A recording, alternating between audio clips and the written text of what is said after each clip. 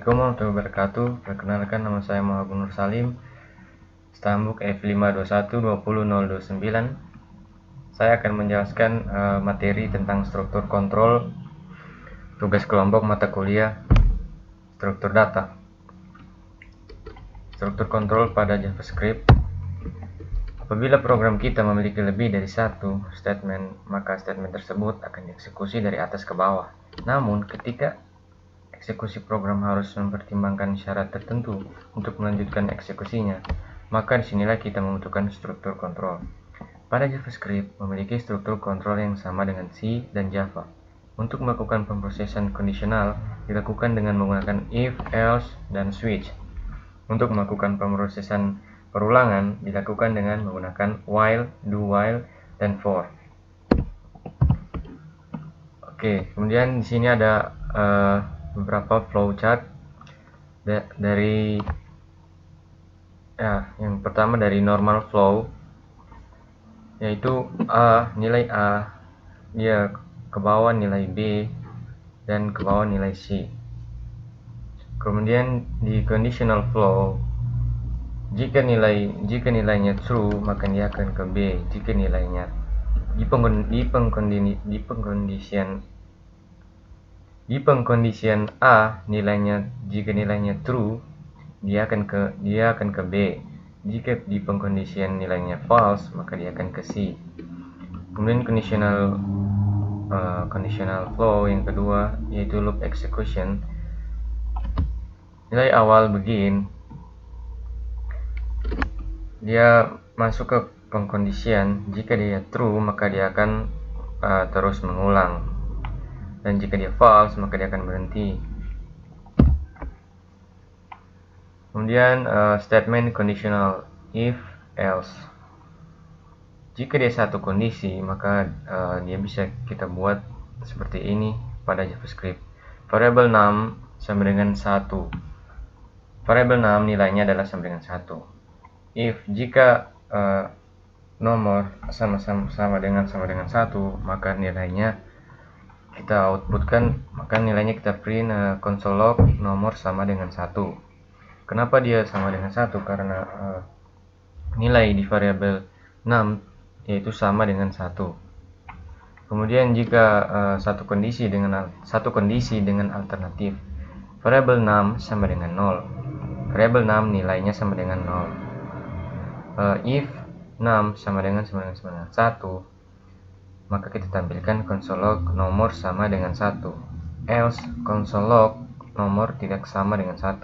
Nilai yang benar adalah plus 6. Kenapa dia? Maka outputnya akan keluar seperti ini, nomor tidak sama dengan 1. Nilai yang benar adalah 0. Kenapa muncul seperti itu? Karena di variabel num nilainya adalah 0, sementara di pengkondisiannya if num sama dengan 1, maka yang keluar adalah 1. Tetapi pada pengkondisian ini nilainya adalah 0, maka otomatis muncul adalah pilihan else-nya, karena console log nomor tidak sama dengan 1. Nilai yang benar adalah 6. Yang jelas outputnya adalah nomor tidak sama dengan 1. Nilai yang benar adalah 0. Kemudian statement conditional if else, lebih dari satu kondisi dengan alternatif. Kemudian di sini bisa kita lihat variabel mon nilainya adalah 5. If variabel mon sama dengan 1, maka akan kita tampilkan console log Januari. Else if jika selain itu variabel mon sama dengan 2, console log, maka kita tampilkan Februari. Jika pilihannya variabel mon sama dengan 3, console log Maret. Selain itu console log, maka hasilnya adalah console log bulan, bukan Januari, Februari, dan Maret. Kenapa munculnya seperti ini pada saat kita run? Karena nilai yang kita berikan adalah di variabel mon adalah 5, sementara pilihan di pengkondisiannya hanya 3. Yang mana dia akan otomatis outputnya adalah console log bulan bukan Januari, Februari, dan Maret. Kemudian di statement conditional switch, variable month sama dengan 5. Variable month nilainya sama dengan 5. Switch variable month di case 1 console log Januari break, di case 2 console log Februari break, di case 3 console log Maret break. Kemudian kita berikan default console log bulan bukan Januari, Februari, atau Maret. Kenapa dia dan maka jika di run hasilnya adalah console log bulan bukan Januari, Februari, atau Maret. Kenapa jika di run dia muncul seperti itu? Karena di variable month nilainya adalah 5, sementara kita berikan case hanya 3, yang mana dia otomatis default adalah dia menjalankan jika dari pilihan ini tidak ada yang sama dengan nilai dari variable month, nilai di variable month. Kemudian looping. Kemudian ini adalah algoritma flowchart dari looping for loop. Ini nilainya adalah nilai jika nilai awal dia masuk di pengcondition, kemudian jika dia false maka dia akan otomatis berhenti. Jika dia true dia akan masuk ke nilai selanjutnya, kemudian dia mengulang kembali ke pengcondition awal. While loop, nilai kita masukkan ke pengcondition, jika dia false dia akan otomatis berhenti. Jika dia true maka dia akan masuk ke nilai selanjutnya, kemudian ke nilai selanjutnya, kemudian dia akan berulang kembali ke pengcondition. Jika di repeat loop dia akan masukkan nilai, kemudian nilai selanjutnya, kemudian nilai selanjutnya, dan masuk ke pengcondition. Jika dia true maka dia akan lanjut ke nilai selanjutnya. Jika dia false maka dia akan berulang ke nilai yang kedua. Looping for while do while. For loop for variable i sama dengan 0, titik koma, i kurang dari 10, titik koma, i plus plus, console log i sampai titik koma. Maka output dari for loop, dari codingan for loop ini adalah 0 sampai dengan 9. Kenapa muncul hanya 0 sampai dengan 9, tidak sampai dengan 10? Karena variable i kita ketahui adalah nilainya adalah 0. Sementara di pengcondition ini i kita kurang dengan 10. I kurang dari 10. Berarti nilainya yang akan muncul harus di bawah dengan 10. Sementara di pengcondition ini i plus plus, maka dia akan bertambah kelipatannya. Sementara di console log kita panggil dia hasil tambah dari i sama dengan 0 ditambah. Kemudian while loop seperti dengan for loop, while loop juga sama, cuman agak beda sesuai dengan pengcondition masing-masing pada saat membuat program. While loop variable i sama dengan 0, while i kurang dari 10, maka tampilkan console log i plus plus, yang mana hasilnya sama dengan for loop, yaitu 0 dari 0 ditambah sampai dengan 9. Kemudian do while loop variable i sama dengan 0, do console log, kita ketahui variable i sama dengan 0, do console log tampilkan variable i, yang mana variable i adalah 0. Lalu kemudian kita tambah dia dengan kelipatan 1 sampai dengan 9, karena kita batasi dia sampai dengan 9. Oke, sekian dari saya. Assalamualaikum warahmatullahi wabarakatuh.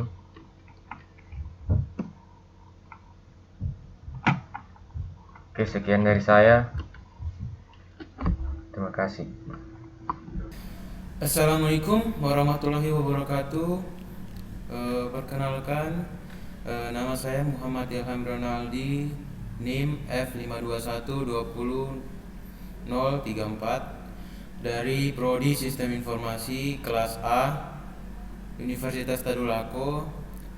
Saya bagian ini akan membahas topik yaitu pada JavaScript, yaitu tentang function.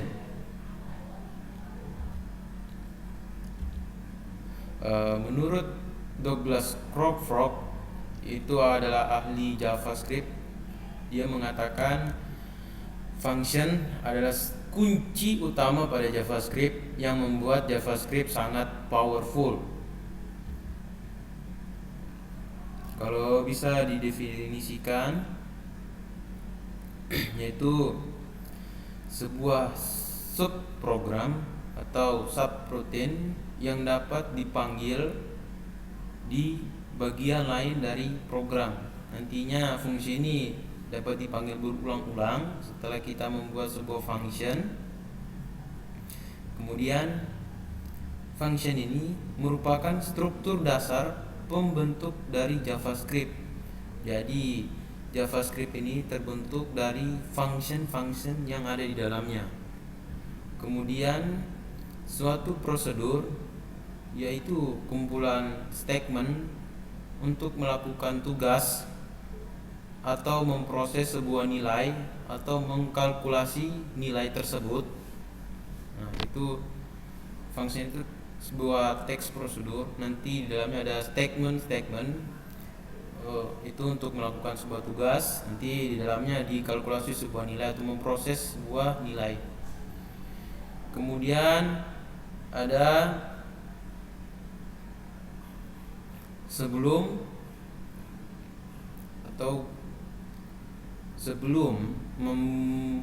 menggunakan sebuah function, pengguna itu terlebih dahulu membuat function, kemudian dapat memanggilnya. Walaupun nanti di JavaScript itu ada function yang telah dibuatkan oleh JavaScript atau yang telah disediakan oleh JavaScript dan pengguna tinggal menggunakannya.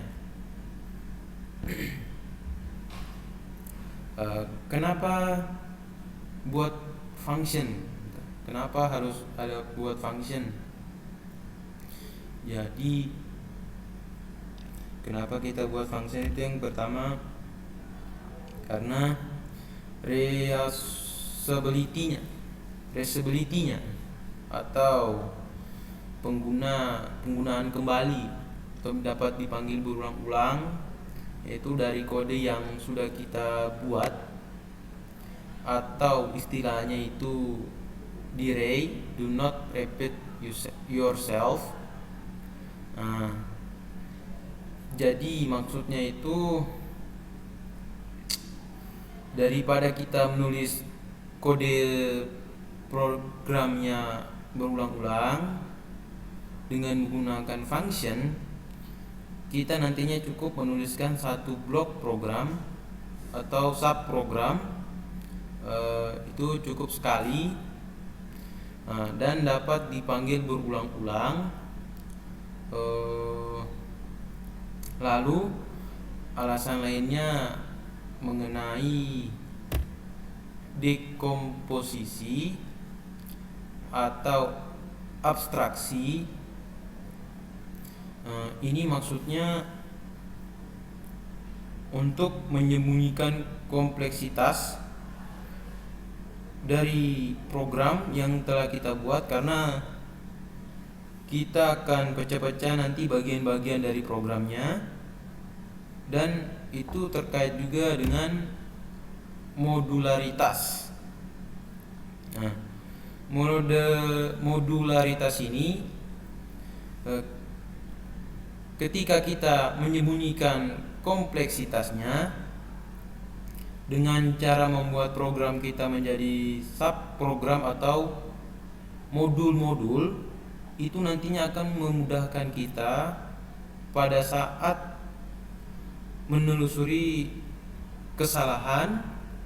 Nah, jadi kita tidak perlu lagi menelusuri kesalahan dari baris ke barisnya, dari baris-baris program kita tidak perlu lagi menelusuri dari baris-baris program yang kita telah buat.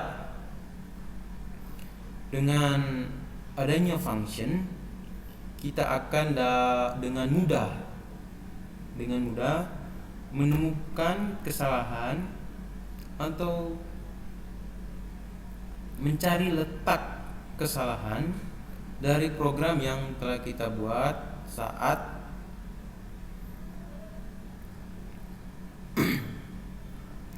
program yang kita buat pada saat nanti proses debugging misalnya. Dan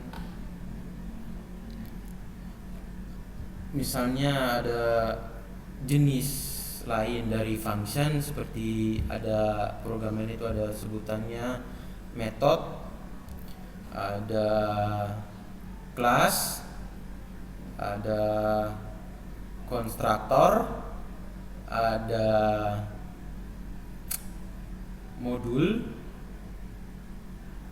Nah, itu nantinya dari metode, kelas, konstruktor, modul, nah itu semuanya bisa dilakukan hanya dengan menggunakan function. Nah, cara kerja function itu kita butuh inputan, yaitu atau nilai yang akan dimasukkan sebagai bahan baku atau material ke dalam function yang akan kita buat. Kemudian di function itu nantinya functionnya akan mengerjakan sesuatu atau memproses sesuatu atau mengkalkulasi sesuatu tersebut terhadap bahan atau material yang kita inputkan tadi.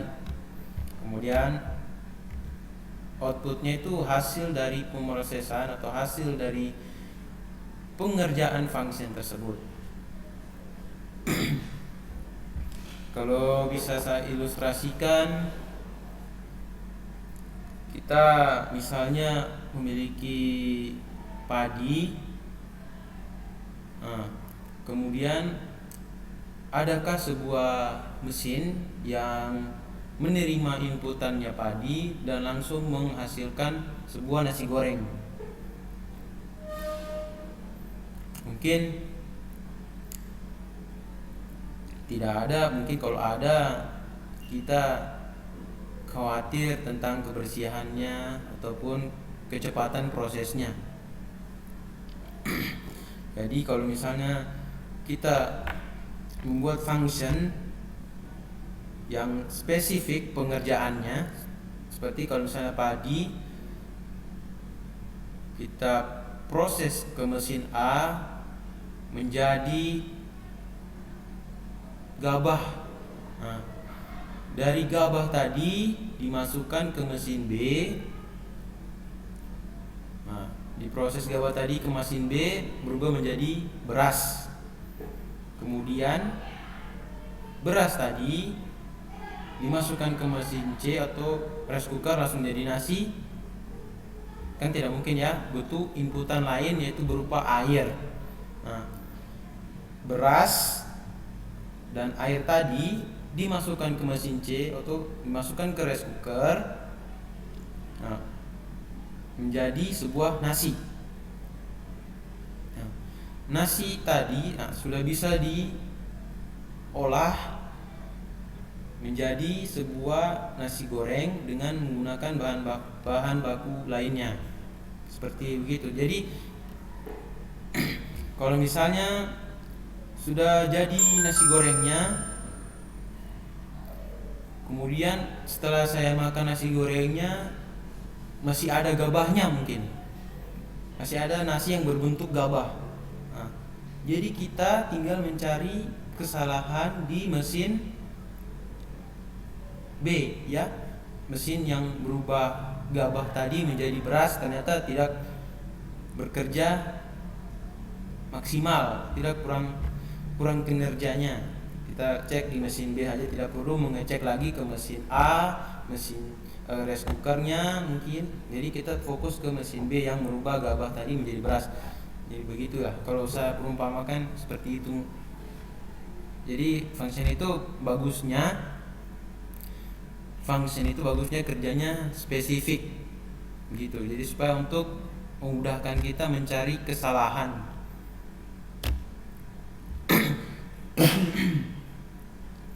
Ada kategori function. Nah, ada namanya built-in function, ada user defined function.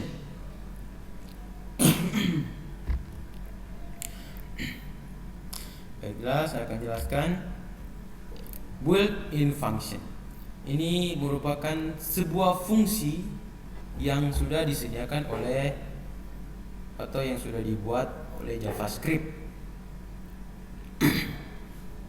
Brandware atau user atau pengguna, itu tinggal memanggil function tersebut. Contohnya ini function yang sudah dibuatkan JavaScript. Ini ada namanya alert. Saya coba masukkan sebuah tipe data string. Saya masukkan selamat datang Ilham, itu nama saya. Kemudian nanti di browsernya muncul nama seperti ini, nama selamat datang Ilham. Kemudian oke. Kemudian ini juga tipe data string juga. Contohnya ada juga fungsi char add. Saya coba coding. Saya membuat sebuah variabel var nama, variabel nama. Masukkan nama saya. Saya masukkan nama saya Muhammad Ilham Rionaldi. Ini Muhammad _Ilham _Rionaldi. Kemudian saya konsol, waktu saya meminta tampilkan ke konsol browser. Kemudian saya panggil nama variabelnya, nama. Kemudian fungsinya char add 9. Ini maksudnya beritahu saya tolong JavaScript beritahu saya ada apa di variabel tipe data string ke 9.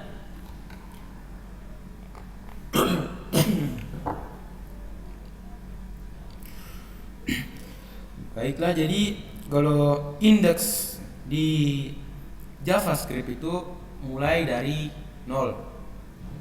Jadi ini M 0 1 2, titik ini juga dihitung. Berarti 3, pokoknya setiap spasi itu dihitung. Jadi M0 indeks 0 U 1 H 2 3 4 5 6 7 8 9. Kalau 9 itu berhenti di huruf M. Nantinya di konsol log browser itu muncul huruf M.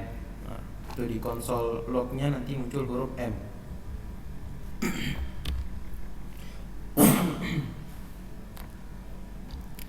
Kemudian user define function. Ini sebuah fungsi yang kita buat sendiri. Kita program sendiri maksudnya. Ini pastinya kita akan menggunakan keywordnya function. Kita pasti akan menggunakan keyword function untuk membuat sebuah fungsi. Kemudian pemberian nama function. Ini penting juga. Nanti kalau teman-teman membuat function, itu jangan membuat function X, function Z, itu mungkin harus diperjelas lagi. Misalnya function penjumlahan, function diberi namanya function pengurangan, pembagian gitu. Itu sifatnya opsional atau pilihan pengguna, terserah mau membuat fungsi apa. Kemudian di sini memiliki parameter dan atau argumen. Nanti parameter ini disimpan di dalam kurung. Nah, disimpan di dalam kurung. Nah, boleh ada atau tidak. Nah, jika ada boleh lebih dari satu.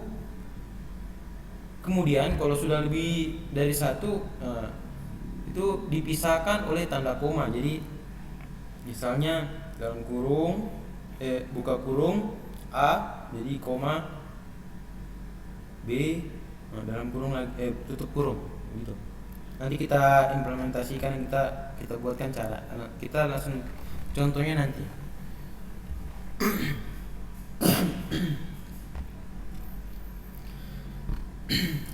Kemudian ada juga function bodinya. Nah, function body ini dibungkus atau dibatasi menggunakan tanda kurung kurawal. Nah, nanti body function ini nanti dibungkus oleh tanda kurung kurawal. Nah, kemudian function ini dapat mengembalikan nilai atau return value-nya, atau juga bisa tidak. Nah, di situ saya mungkin tidak menjelaskan kenapa bisa juga tidak menampilkan nilainya, mengembalikan nilainya. Saya juga masih belajar, jadi belum bisa menjelaskan kenapa juga bisa tidak mengembalikan nilainya. Tapi pada dasarnya juga bisa juga dapat mengembalikan nilainya itu atau return value-nya. Nah, di sini ada struktur functionnya. Saya mengambil function regular atau function deklarasinya. Oke, ini saya pakai fungsi regulernya. Oke, itu ada function, itu berarti ini function ini adalah sebuah keywordnya. Nah, ini menjelaskan JavaScript. Saya akan memulai sebuah fungsi. Kemudian kali dua bilangan ini adalah nama functionnya. Ini jangan diperjelas mungkin. Nama functionnya mungkin teman-teman harus perjelas. Jangan cuma function X, function Z. Nanti kalau membuat program yang banyak nanti ribet juga. Jadi harus diperjelas mungkin. Nah, nanti yang dalam kurungnya ini A, B ini sebagai yang ini sebagai parameter. Ini parameternya. Nah, bodinya mana? Nah, bodinya ini mulai dari buka kurung kurawal sampai tutup kurung kurawal untuk membatasi body dari function tersebut. Nah, ada juga nilai kembalian. Nah, ini return total dari penjumlahan tadi, perkalian tadi itu kita kembalikan, nilai kembalikan atau return value-nya. Nah, ada juga fungsi ekspresi, ada juga fungsi arrow fungsi atau fungsi panah. Nah, di sini saya akan mencoba menuliskannya. Saya sudah menginstal sebuah Visual Studio Code. Nah, saya sudah membuat di sini file HTML yang sederhana yang sudah saya hubungkan dengan file function JS yang di sini. Ini saya sudah hubungkan dan saya memberi sebuah teks di dalam HTML ini, belajar function JavaScript. Tadi kan ada namanya function regular atau function deklarasinya. Nah, itu bagaimana? Function, kemudian diikuti dengan nama functionnya. Nah, ini kita singkat saja, ini programnya kali-kali ini. Kemudian masukkan parameternya. Ini kemudian buka kurung awal,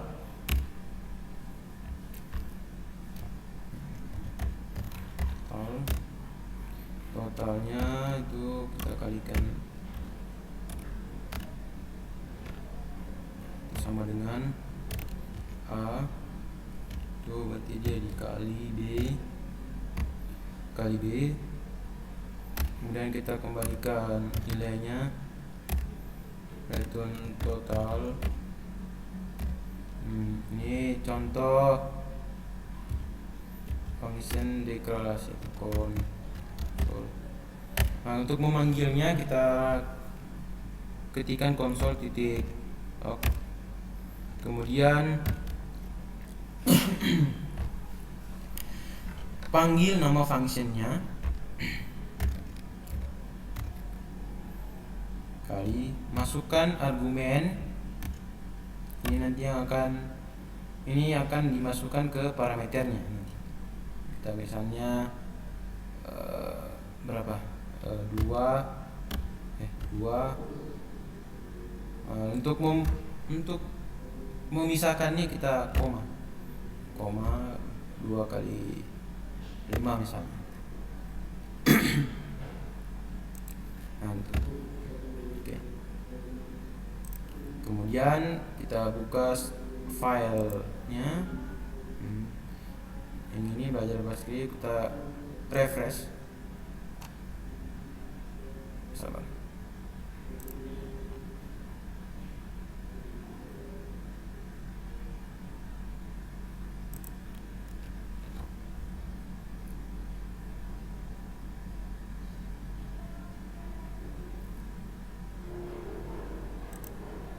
Titik log.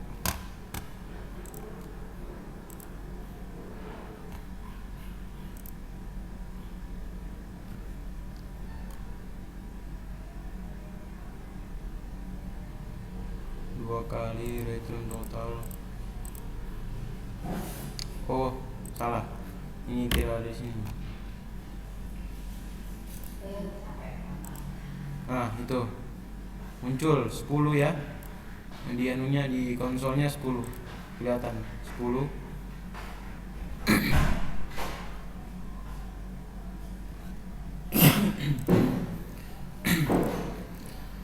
Kemudian ada fungsi ekspresi. Nah, ini fungsi ekspresi ini kita buatkan sini let, atau bisa juga variabel sebagai let. Saya pakai let di sini. Nah, let ini kita ini tambah. Nah, ini kita buat penambahan, kita tinggal tambah.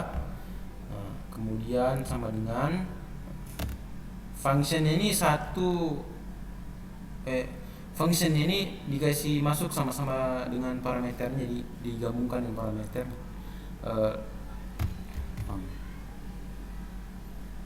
function.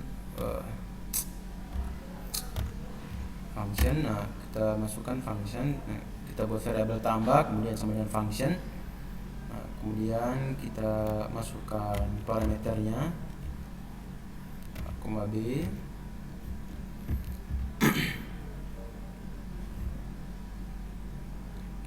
Kemudian buka kurung kurawal, total sama dengan A tambah B. Kembalikan nilainya dengan nulis return total. Nah, return total. Kalau kita buka konsol lognya,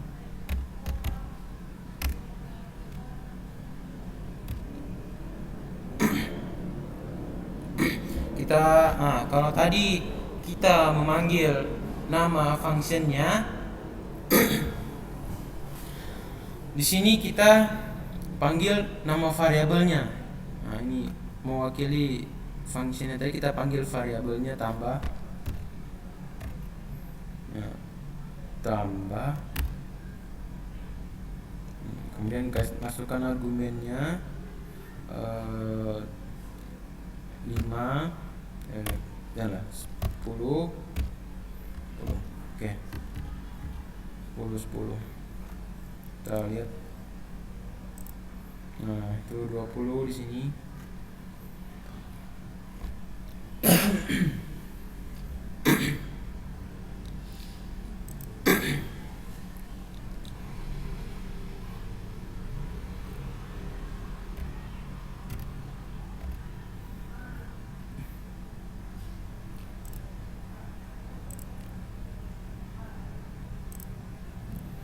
Kemudian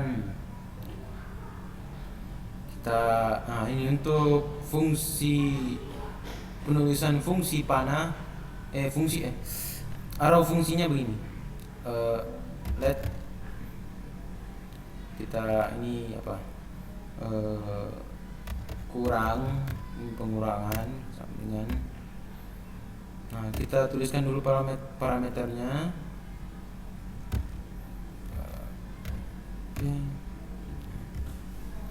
Kemudian, function tadi dapat juga berubah atau dapat diwakili dengan simbol sama dengan lebih dari.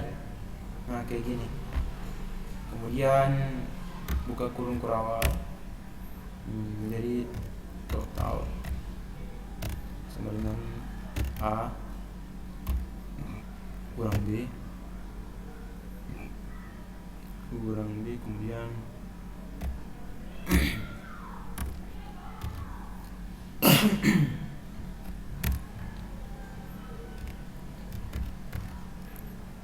total.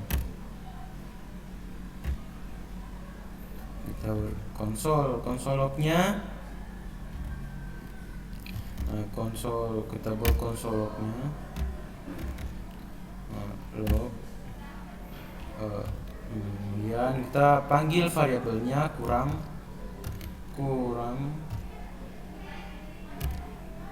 Nah, kemudian kita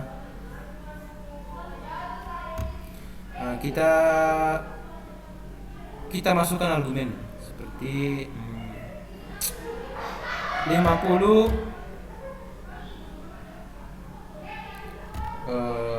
kurang 20.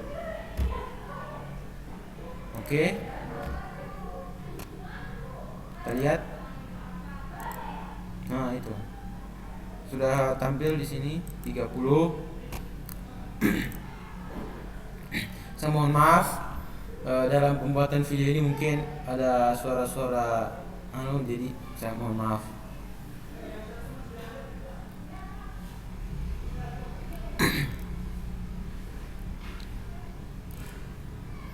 Oke, jadi begini, ini function regulernya.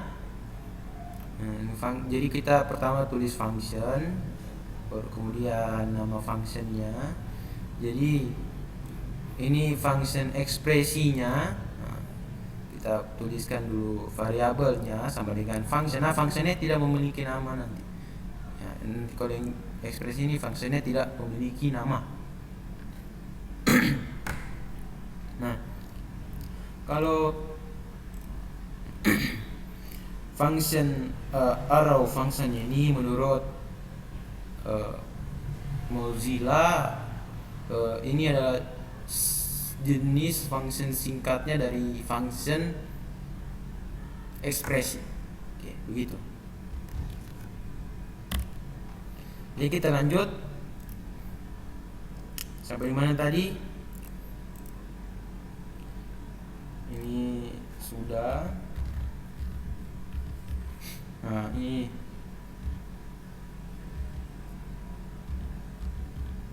sudah. Keyword, parameter, body, nilai kembalian. Nah, ini memanggil tadi ya. Percuma juga kalau kita membuat sebuah fungsi terus kita tidak memanggilnya. Tadi memanggilnya tadi bisa console.log atau bisa juga alert. Nah, itu bisa juga. Nah, coba begini seperti tadi yang tadi saya contohkan. Nah, ini langsung ke contoh kasusnya. Baik, di sini ada sebuah balok, kemudian ditambah dengan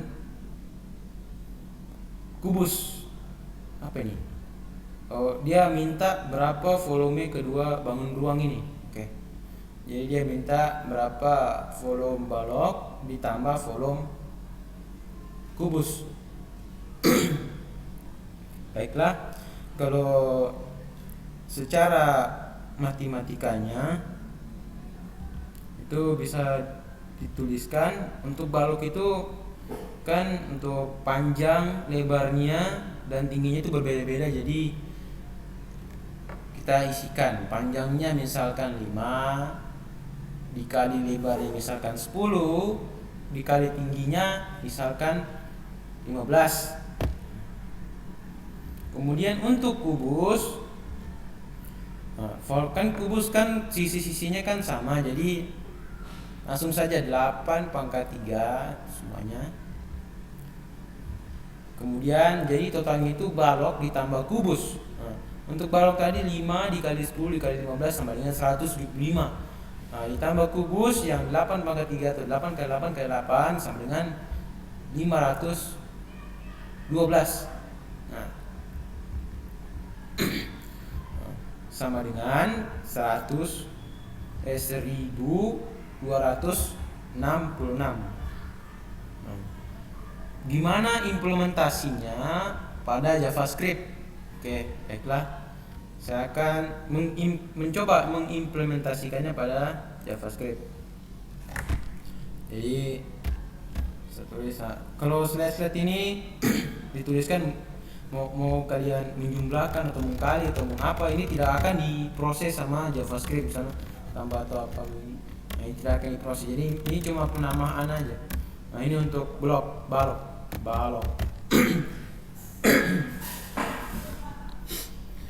Nah, ini balok ini kita umpamakan balok A.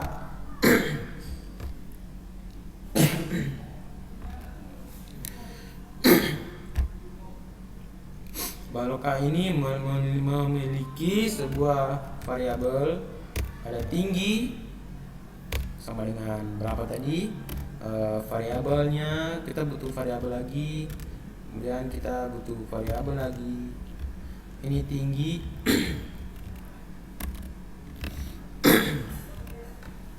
lebar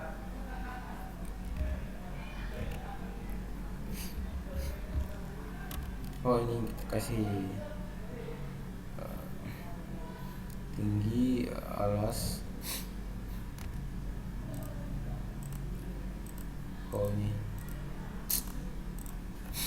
ini panjang variabel tinggi, ini panjang kali lebar kali tinggi.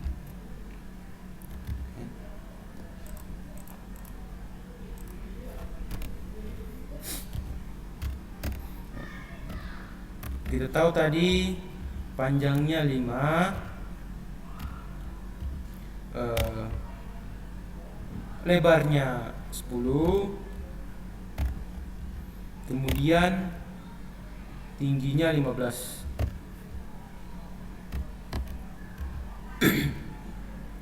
Kita buat variabel lagi.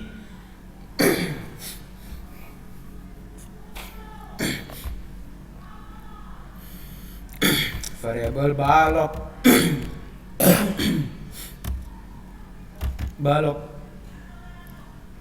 Nah, jadi total balok ini sama dengan panjang kali lebar kali tinggi.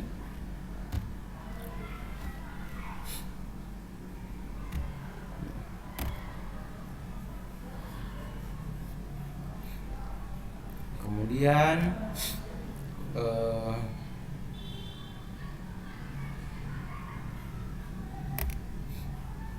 kita buat lagi di sini balok ya, kubus A. Kubus A itu dia kubus A memiliki variabel sisinya. Kan sisinya sama, kita butuh variabel satu saja karena dia sisinya sama semua. Jadi sisinya tadi berapa? Sama dengan 8.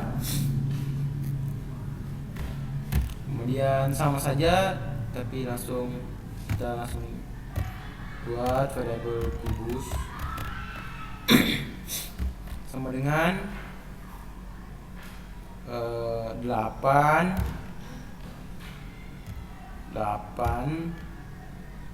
kali S kali S gitu ya. Nah, total gimana ini? Totalnya sama dengan balok tambah kubus. Jadi kita panggil console titik log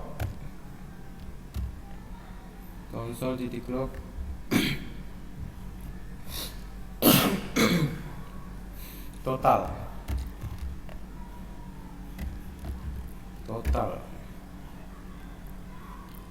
Kita tes dulu. Muncul 1262. Muncul sini 1262.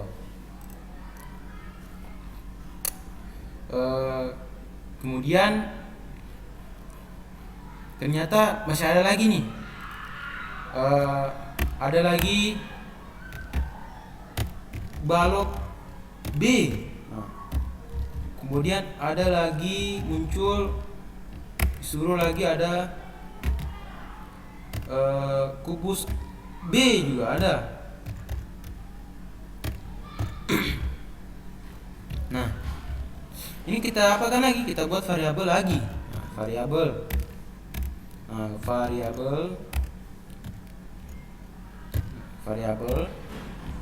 Nah, ini juga kubusnya kita juga buatkan variabel.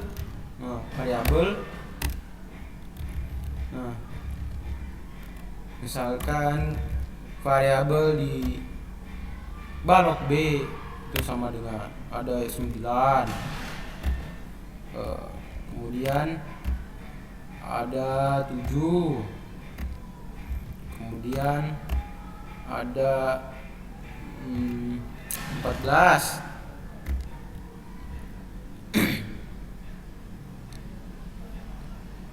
Nah, kita buat lagi variabelnya lagi nih. Balok sama dengan panjang kali lebar kali tinggi.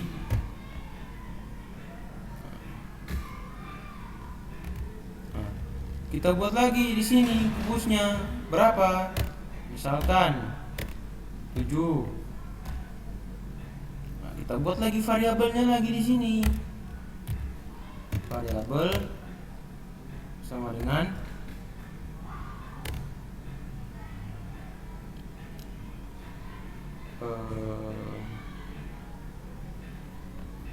balok misalnya apa? Variabel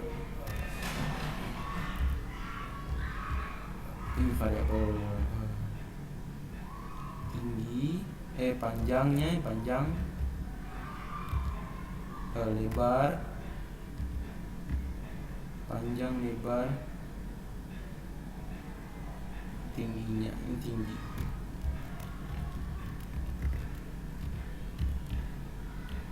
Ini kita buat sisinya.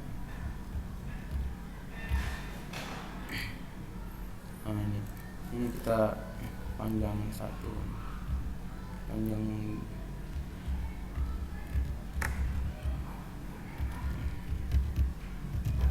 ini menjadi tidak efisiensi menurut saya. Nah, karena sudah banyak variabel. Ini buat lagi kan, ini buatkan lagi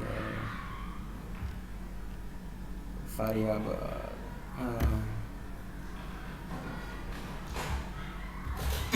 Ini balok A. Ini balok. Sabar. Untuk penulisannya tidak boleh dispasi, kita underscore saja. Ini A, balok A. Salah. Balok B. Nah, ini di sini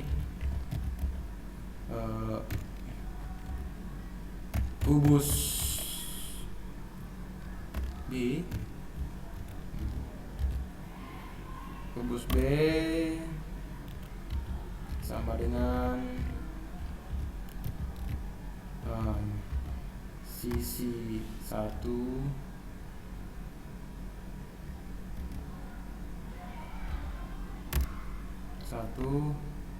kali sisi 1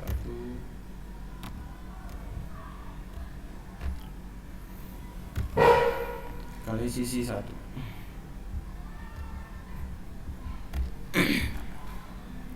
Nah, kita buat lagi sini total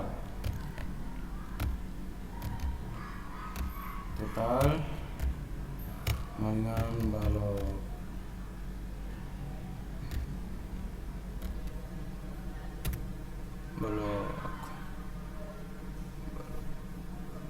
balok B, ini balok B ditambah kubus B.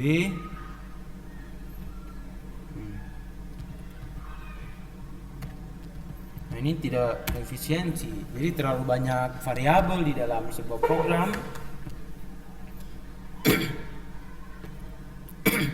Jadi alangkah baiknya untuk membuat fungsi supaya tidak terlalu banyak variabel. Ini begini, yang kalau begini ini sangat tidak efisiensi. Nah.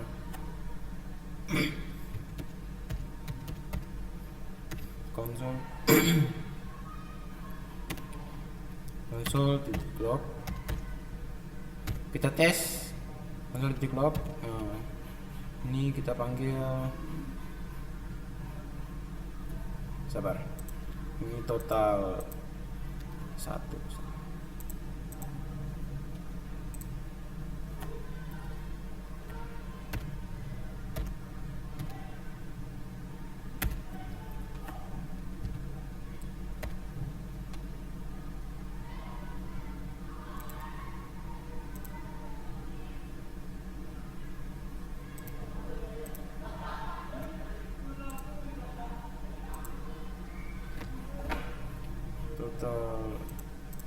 Total 1.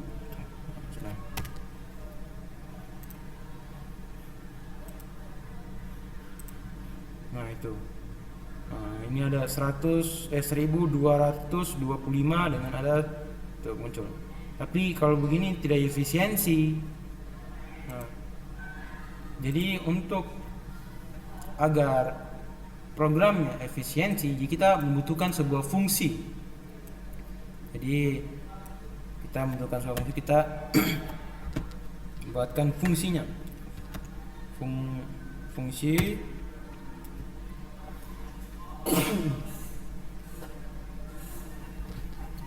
Fungsi kita beri nama fungsinya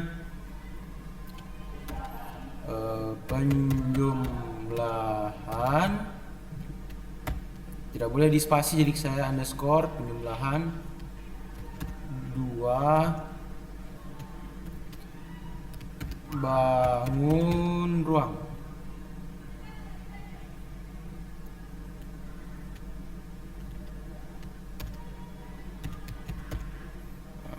Kemudian fungsi penjumlahan 2 bangun ruang.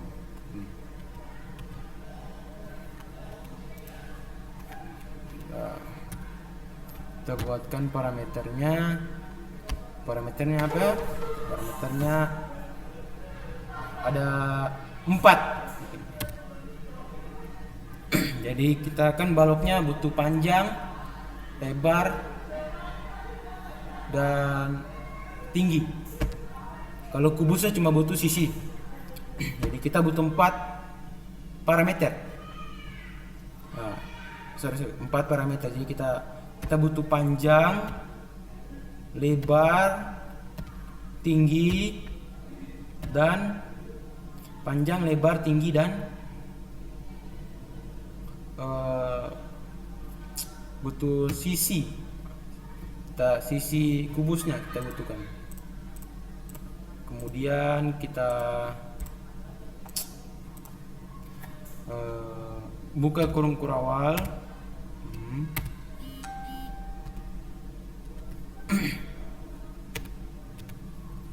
Kemudian kita masukkan variabel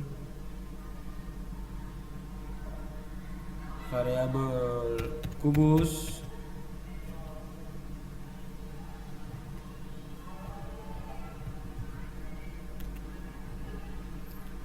Ada juga namanya variabel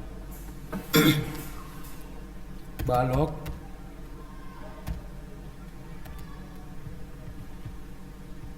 Variabel kubus ini sama dengan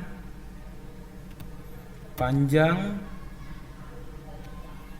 kali lebar kali tinggi. Untuk baloknya ini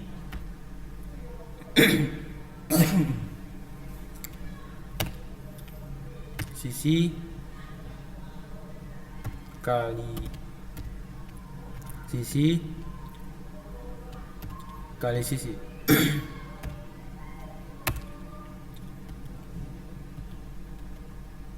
Dengan elektron jadi total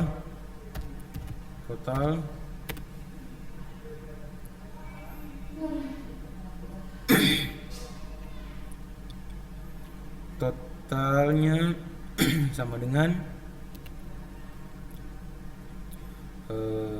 berarti kubus ditambah dengan balok.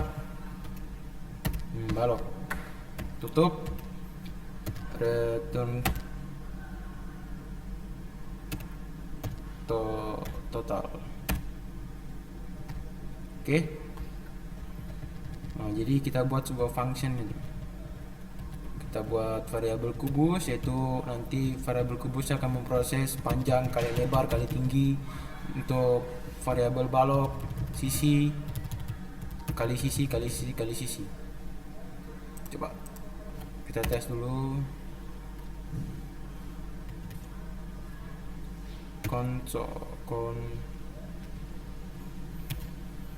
Konsol titik log.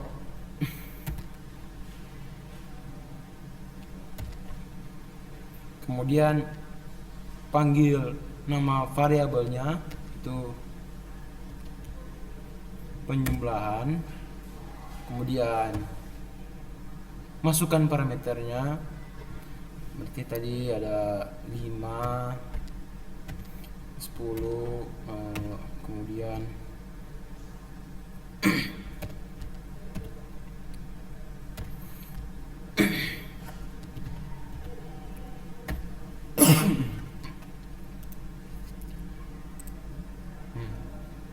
muncul. Jadi ini lebih singkat daripada tadi kita program banyak-banyak. Nah, ini lebih singkat dengan membuat function. Nah, keuntungan lainnya kita bisa memanggilnya lagi. Nah, kita bisa memanggilnya lagi. Kita butuh lagi. Misalnya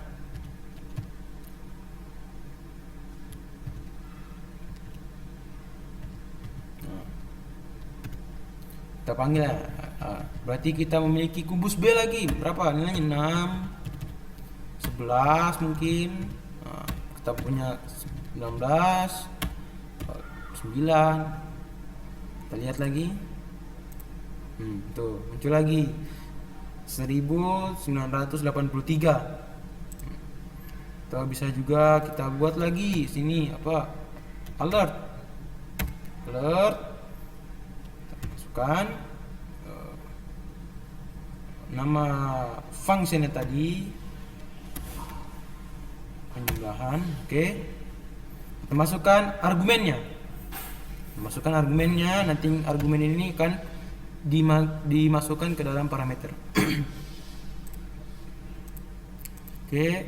Nah, masukkan berarti 3,6,4,12.